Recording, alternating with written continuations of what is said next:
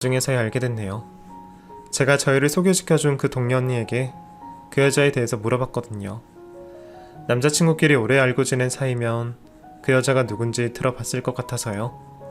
아니나 다를까 제가 그 여자 이름을 꺼내니 언니가 많이 놀라는 눈치더라고요. 언니, 유민이가 누구야? 언니 뭐 알지? 기준씨가 얘기했어? 어제 술 마시고 취해서 그 여자 이름 부르면서 울더라. 전 여자친구야? 아는 대로 말해봐. 제 추궁에 결국 그 언니가 제게 남편의 첫사랑 이야기를 들려줬습니다. 대학 시절부터 만나서 1년 전까지 만난 남편의 첫사랑이었는데 결혼까지 약속했던 모양이더라고요. 둘이 아주 열렬히 사랑했던 모양이었어요. 근데 결혼 약속이라고 해서 정말 뭐가 진행됐던 건 아니고 그냥 어릴 때 애들 장난처럼 그런 거 있잖아. 그리고 둘이 오래 사귀었으니까 주변에서도 다들 결혼한 거나 마찬가지다. 뭐 그런 거였나봐. 학교에서는 유명했던 모양이더라고. 기준씨가 많이 좋아했나봐. 중간에 한번 헤어졌었는데 그 여자는 다른 남자 만났었는데 기준씨가 못 잊어서 붙잡아서 결국 다시 만났다고 하더라고. 근데 그렇게 죽고 못 사는 사이에 왜 결혼 안 하고 헤어졌나 했더니 남편이 차였다더라고요. 오래 사귀던 커플이라 싸우면 헤어지고 다시 만나고 그렇게 이별과 헤어짐의 반복이었는데 그때도 또 홧김에 헤어졌다가 하풀리면 다시 만나겠지 했나 봅니다. 그런데 그 사이에 그 여자가 다른 남자를 만나게 되었고 그 남자랑 결혼하겠다고 남편에게 이별을 통보했던 거예요. 새로 만난 남자가 부잣집 아들이었던 모양이더라고요. 남편은 그냥 보통 가정이었고요. 이유가 그게 다였는지 더 무슨 사정이 있었는지까지는 모르지만 여자 쪽에서 매몰차게 거절했던 모양이었습니다. 충격을 받은 남편은 몇 달을 그 여자를 쫓아다녔고 이별을 잘 받아들이지 못했던 모양이더라고요. 그렇게 1년을 페인처럼 지내는 것을 보고 지인이 저를 소개했던 거고요. 지인 말로는 이제는 다 잊었는데 최근 그 여자가 결혼한다는 소식을 듣고 괜히 저러는 것 같다 했습니다. 그 얘기를 다 듣고 나니 뭔가 멍해지는 기분이었어요. 남자들은 첫사랑을 못 잊는다던데 제가 괜히 엄한 남자랑 만나는 거 아닌가 싶은 거예요. 고민하다가 그 남자에게 얘기를 꺼냈더니 그때는 괜히 싱숭생숭한 마음에 술 기운에 그랬던 건지 이제는 전혀 마음이 남아있질 않다고 하더라고요. 나를 만나고 다 잊었다나요? 혹시나 헤어질 마음까지 먹었는데 남편은 그 뒤로 한 번도 첫사랑 이야기를 꺼낸 적 없었고 남편이 연애 기간 내내 저한테 정말 극진히 잘했어요. 연애 때는 제 손으로 물잔도 못 채우겠던 남자였거든요. 그래서 당연히 결혼하고도 똑같을 줄 알았는데 전혀 잘못 생각했던 거였죠. 지금 생각해보면 그런 것들도 다 첫사랑이랑 만나면서 배웠던 것들일 텐데 그게 정말 나를 위한 행동들이 맞았을까 의심이 드네요. 정말 다 잊었을 거라 생각했는데 그런데 몇 년 만에 남편 입에서 그 첫사랑의 이름을 다시 듣게 될 줄은 몰랐습니다. 그런데 제가 이상하게 생각한 건 남편의 말 때문이었어요. 잊혀진 인연을 그리워하듯 부르는 이름이 아니라 마치 그 여자를 최근까지도 만난 것처럼 물을 갖다 달라고 시간이 몇 시냐고 꼭 바로 어제도 봤던 것처럼 친숙하게 부르는 게 이상하더라고요. 순간 여자의 촉이 스쳐갔습니다. 남편 옆에도 핸드폰을 집어들었어요. 저희는 평소 서로 존중하는 차원에서 연애 시절부터 한 번도 핸드폰을 열어본 적 없었어요. 저도 그렇고 남편도 마찬가지고요. 저는 어차피 비밀번호가 제 생일이라서 보려면 볼 수 있었는데 저는 남편 비밀번호를 몰랐어요. 아직 비몽사몽한 남편의 손가락을 가져다 대서 핸드폰을 열고 남편의 핸드폰을 뒤졌습니다. 문자, 전화, 카톡 다 뒤져봤어요. 역시나 남편 카톡에 그 여자랑 대화를 나눈 대화방이 남아있더라고요. 유미나 부르며 남편이 그 여자와 나눈 대화 내용을 보니 그동안 나몰래 둘이 만나고 있었던 모양이더라고요. 바로 오늘 아침까지도 검사 잘 받고 오라며 사랑하니 어쩌니 누가 봐도 둘 사이가 심상치 않았습니다. 대화창을 더 올려서 다른 대화들도 찾아보니까 이미 저 몰래 여행도 다녀왔는지 스키장 예약 내역이 있더라고요. 언젠지 날짜를 보니 남편이 제게 동창들이랑 야간 스키를 다녀온다던 그날이었어요. 저는 집에서 아기나 보고 있는데 자기는 친구들이랑 놀러를 간다 그러더라고요. 애도 있는 남자가 왜 저러나 싶다가 그래도 요즘 잘 도와주기도 했고 자기 다녀오고 저보고도 나갔다 오라고 해서 그냥 좋은 마음에 보내줬었거든요. 그런데 그 스키 여행이 매년 같이 스키 타던 남자친구들이 아니라 그 유민이라는 첫사랑이랑 단 둘이 다녀왔던 거였네요. 금요일날 출발해서 다음날 저녁 되어서 들어왔으니 둘이 1박을 지냈던 거죠. 그것 말고도 틈틈이 어딜 다녔던 건지 거기가 맛있었다, 어디서 보자, 둘이 데이트 약속 잡은 게 수두룩하더라고요. 어쩐지 요즘 주말 근무가 너무 늘었다 생각했는데 제가 의심 한 번 안 했었네요. 그런데 더 대단한 건 그 여자가 얼마 전 이혼했는지 아직 이혼 숙려 기간이라 더 조심해야 한다는 얘기까지 있었어요. 저한테 티나지 말라고 말이에요. 도대체 남편이 무슨 생각인지 모르겠네요. 저랑 이혼하고 혼자 된 그 여자랑 살림이라도 차리고 싶었던 걸까요? 그걸 보니 진짜 피가 거꾸로 솟는 게 어떤 건지 알 것 같았어요. 혹시나 싶어 남편 사진첩을 뒤졌더니 스키장에서 둘이 다정하게 찍은 사진이 있더라고요. 그런데 사진 속 그 여자 얼굴을 보고 제가 그만 핸드폰을 떨어뜨릴 뻔했지 뭡니까. 소름 끼치게도 사진 속 그 여자 얼굴이 몇 달 전 제가 남편이 일을 도와주던 가게에서 본 남편의 육촌동생의 얼굴이었어요. 혹시나 싶어 다시 남편 카톡을 뒤져서 육촌동생의 이름을 찾았습니다. 그런데 육촌동생 수진이로 저장된 카톡의 사진은 긴 머리에 나이대만 비슷했지 제가 그날 본 얼굴과 전혀 다른 얼굴이더라고요. 심지어 이혼도 하지 않았는지 아이랑 남편이랑 다정하게 찍은 사진이 걸려 있었어요. 이게 무슨 상황인지 머리가 정지되는 느낌이었습니다. 저는 아직 마취가 깨지 않아 정신을 못 차리는 남편을 혼자 두고 집으로 돌아가 결혼식 사진을 뒤지기 시작했습니다. 결국 사진첩을 뒤져 찾아낸 남편 육촌동생 얼굴을 보고서 모든 진실을 알게 되었네요. 왜 내가 진작 사진을 찾아볼 생각을 못했는지, 그동안 아무 의심 없이 남편을 믿어왔던 제가 바보같이 느껴졌어요.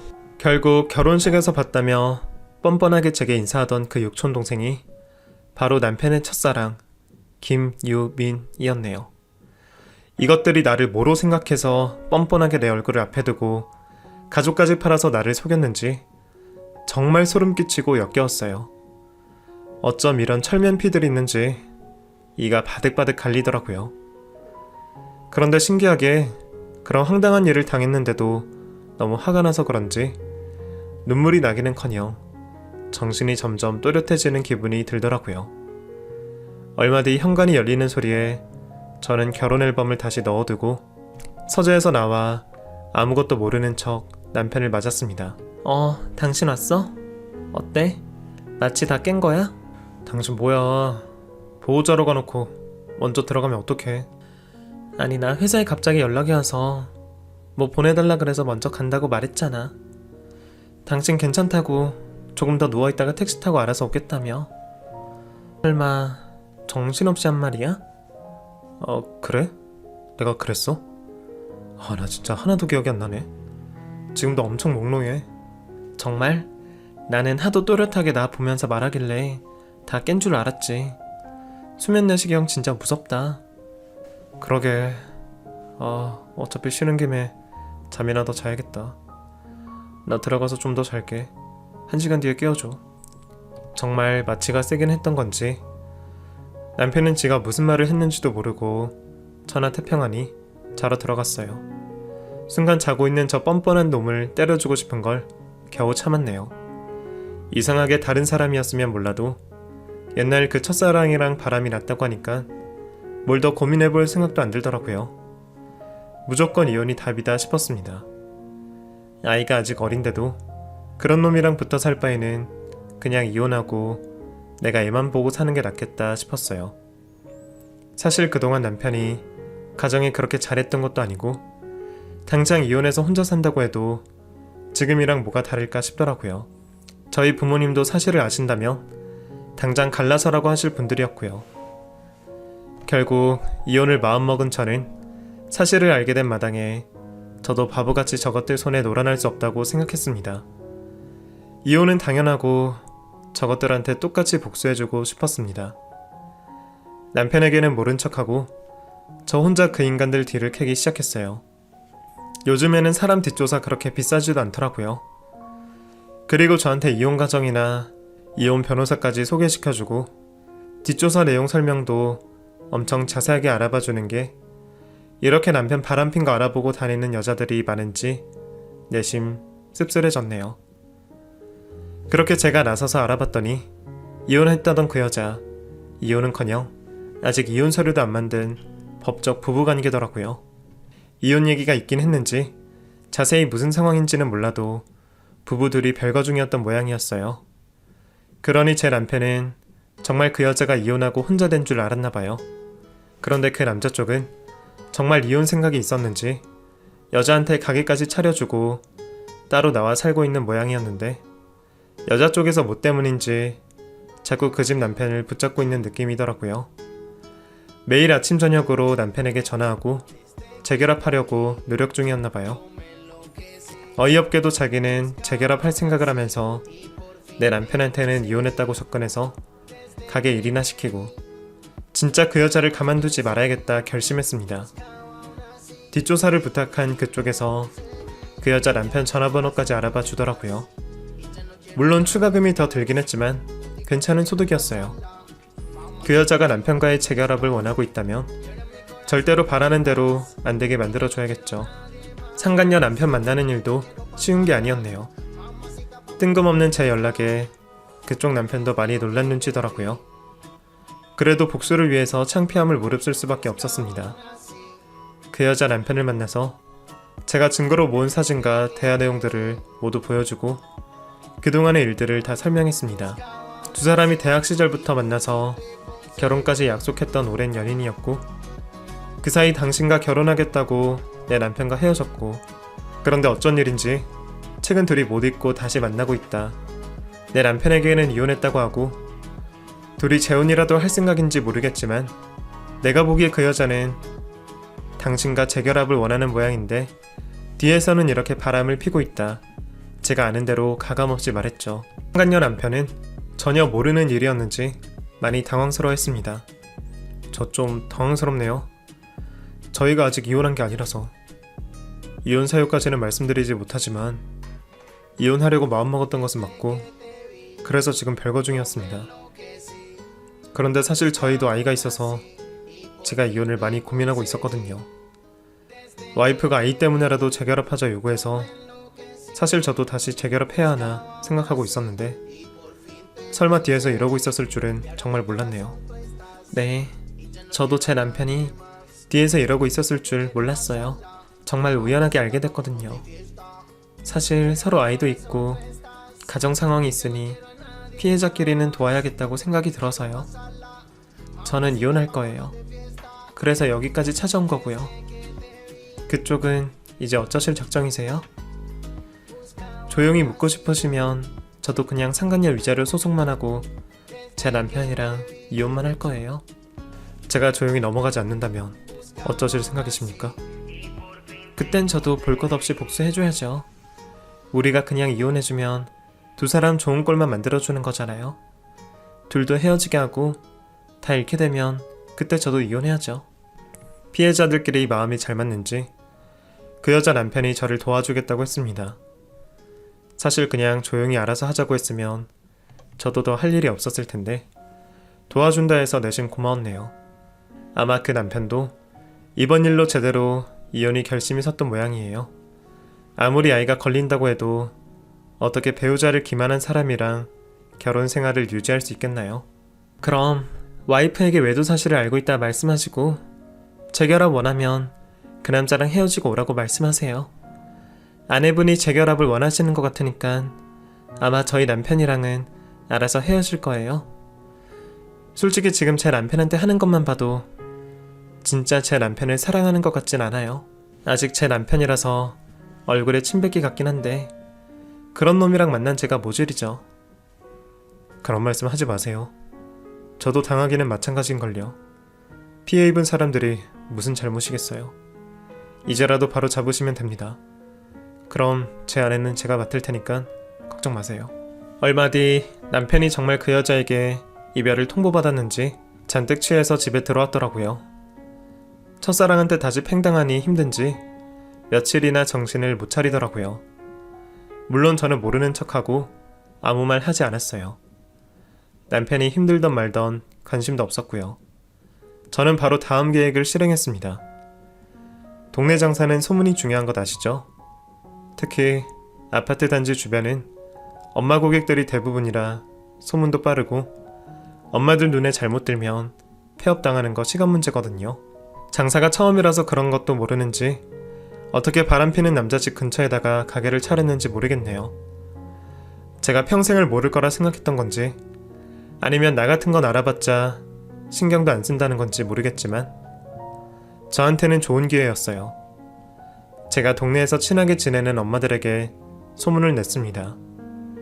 그 여자가 불륜녀의 바람피는 남자 집 근처에 버젓이 가게를 차리고 남의 남편 데려다가 가게 일까지 시키고 뻔뻔하게 그 집 와이프한테 인사까지 한다고 말이에요.